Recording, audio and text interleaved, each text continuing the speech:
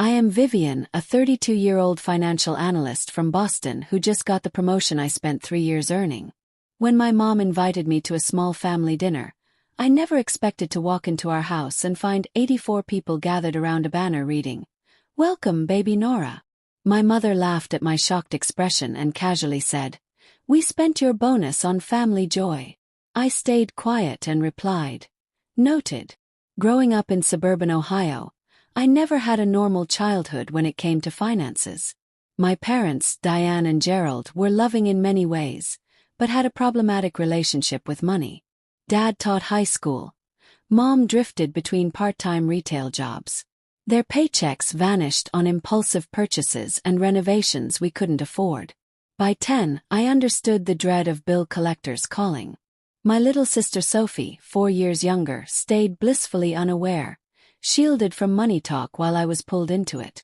"Vivian understands these things," my father would say proudly when I helped calculate which bills could wait. While Sophie grew up carefree, I became cautious and academically driven, working part-time jobs from 16 and saving everything. My mother read my diaries. My father volunteered me for obligations without asking. My time and eventually my money became community property in their eyes. Sophie stayed protected from it all. I graduated from Ohio State with a finance degree on scholarships and campus jobs, then deliberately took a job far from home, at Sterling Investment Group in Boston. For 3 years I worked 70-hour weeks in a tiny studio apartment that was mine, free of financial entanglement with my family. My promotion to senior analyst came with a $17,800 bonus. My first real cushion, meant for a condo down payment. 6 months earlier, my father had a minor heart attack. In the crisis, I'd given my mother temporary access to my checking account and transferred $6,200 to help with costs insurance didn't cover, a one-time thing we agreed.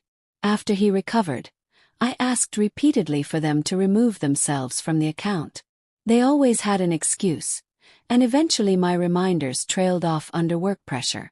Last month, Sophie announced her pregnancy with her husband Marcus. My parents erupted with joy in a way they never had for my promotion, whose congratulations were perfunctory, followed by questions about when I'd settle down. 2 weeks after my bonus was deposited, my mother invited me to a small family dinner. Nothing fancy, she insisted, which in my family always meant the opposite. My taxi had to stop a block from my parents' house. Cars lined both sides of the street. Balloons, a banner reading "Baby shower parking this way." At least 30 vehicles.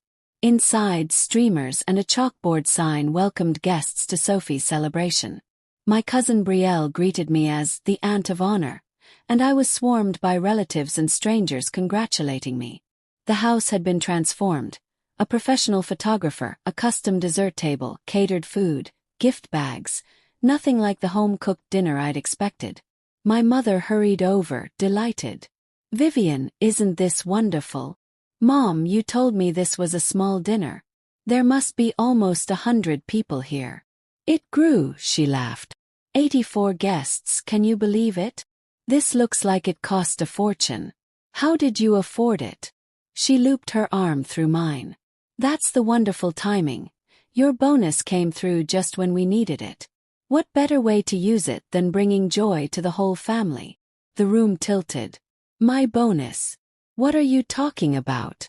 "The $17,800, sweetie. Perfect timing.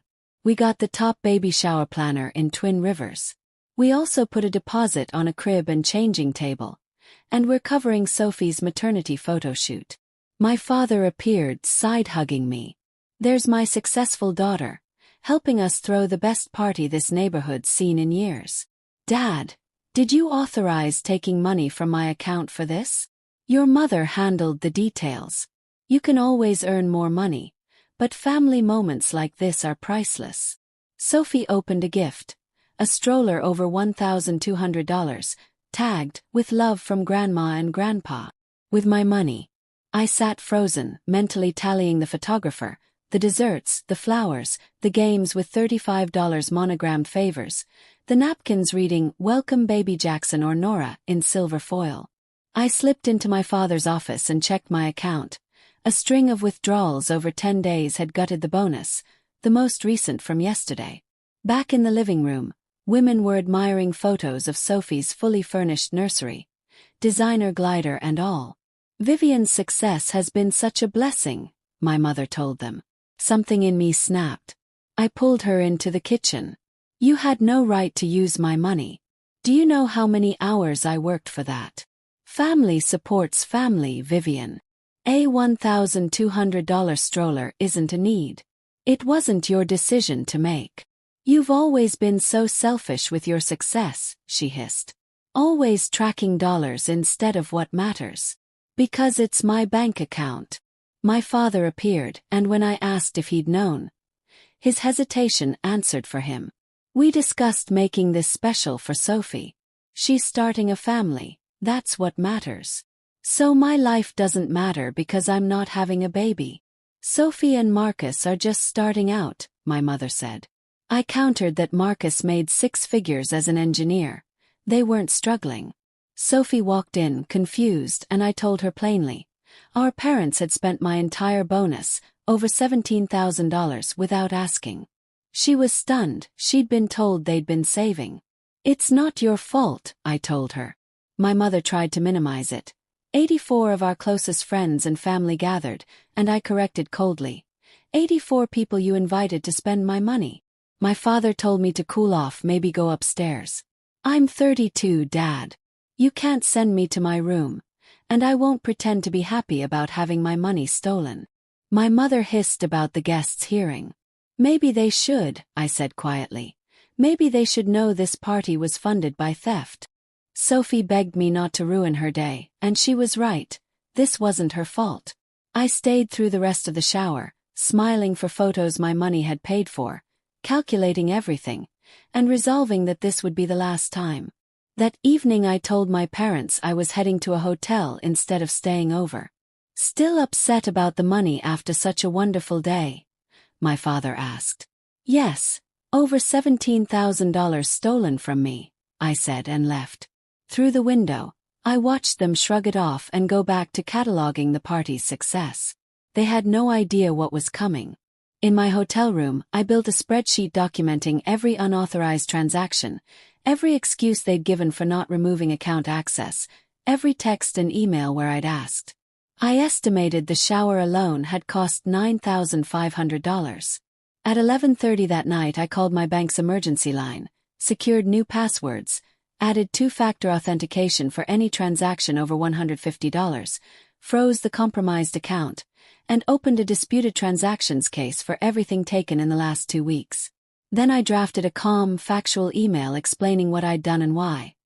Their unauthorized use of my accounts was financial abuse, all shared access was revoked, and any future relationship depended on respecting my boundaries.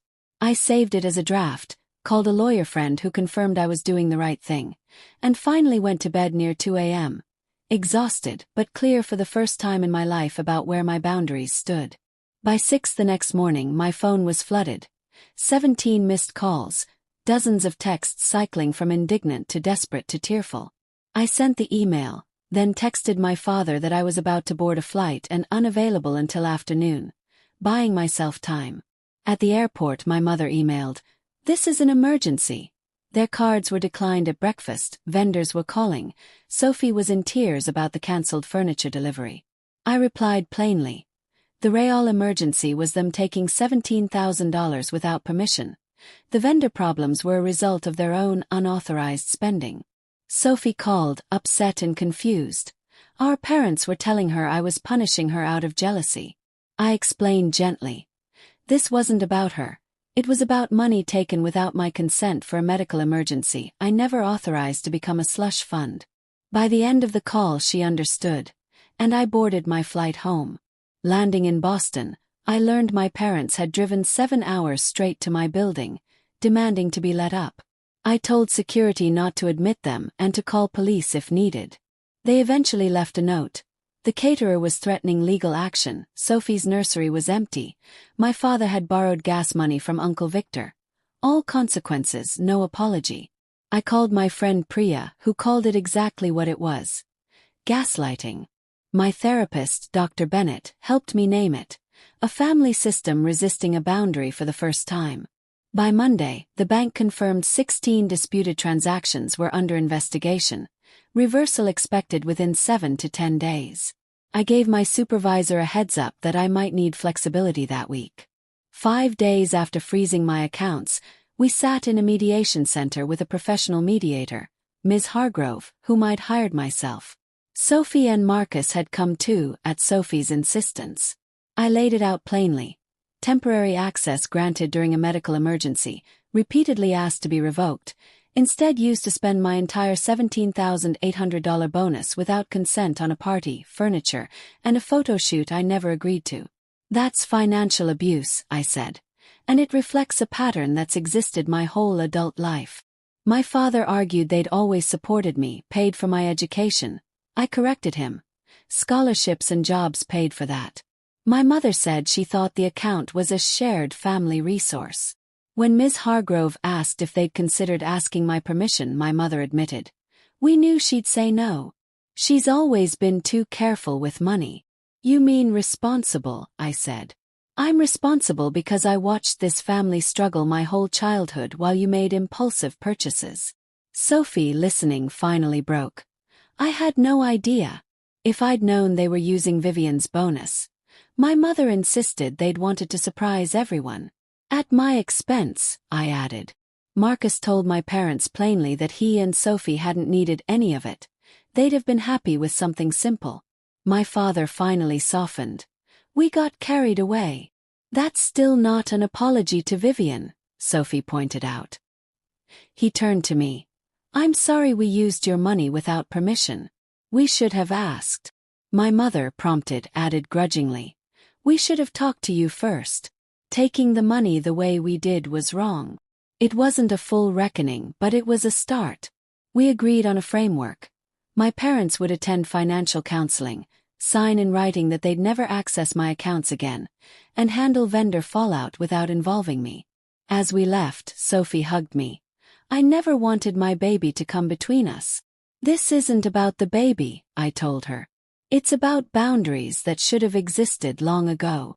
She promised I could be part of the baby's life on my own terms. No strings attached. At the door, my father said quietly, We're going to do better, Vivian. It might take time, but we're going to try. I nodded, not quite forgiveness, but enough. Walking home alone, I felt lighter than I had in years. What had changed wasn't just the money. It was my own sense of worth, and the knowledge that I deserved to have my boundaries respected, even by the people who raised me. 6 months have passed. My niece Rosalie was born 3 weeks after the mediation. A healthy 7 pounds 2 ounces, Sophie's nose and Marcus's calm temperament. I was in the waiting room for her birth, present without being in the delivery room, a boundary my sister now respects without question. Healing hasn't been quick or linear. My parents occasionally slipped into old patterns of guilt-tripping, and each time I calmly restated my position, limiting contact when necessary. The reverse charges caused real fallout for them. Awkward vendor conversations, some damaged relationships in their community. The nursery furniture was eventually repurchased, modestly, with Sophie and Marcus's own money plus a genuine gift from me. My parents followed through on financial counseling, and according to Sophie, they've started recognizing patterns from their own upbringings that shaped their relationship with money and boundaries. My own therapy with Dr. Bennett has helped me understand how being parentified as a child shaped my hypervigilance around money, and my difficulty letting others contribute to shared expenses. The most surprising change has been with Sophie. Freed from our parents' old comparison of responsible worker versus socially successful daughter, we've built a more honest, adult relationship. She calls me for career advice. I lean on her for social instincts I never developed. When I visit Ohio now, I stay at her house. Professionally, the confidence from standing firm translated into real assertiveness. I negotiated a project leadership role I'd once have hesitated to pursue. Financially, the recovered bonus and a raise let me close on a small condo in Boston last month, celebrated with a housewarming that included Priya, now an even closer friend. I've also found unexpected purpose in this experience, turning it into a workshop on financial independence and boundary setting that I've now presented at 3 community centers in Boston, after an overwhelming response from colleagues with similar stories.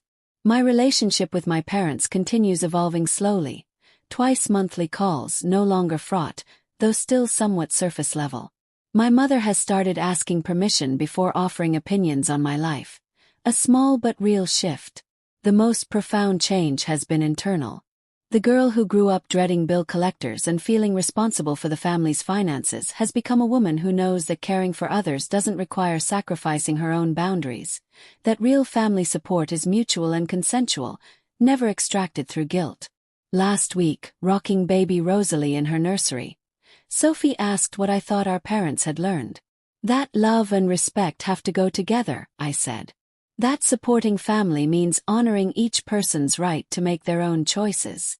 That's what I want for Rosalie, Sophie said, watching her drift to sleep. To know she's loved unconditionally, but also respected as her own person. Then you've already learned the most important lesson, I told her. Looking back, what changed most wasn't financial. It was the recognition of my own worth and my right to self-determination.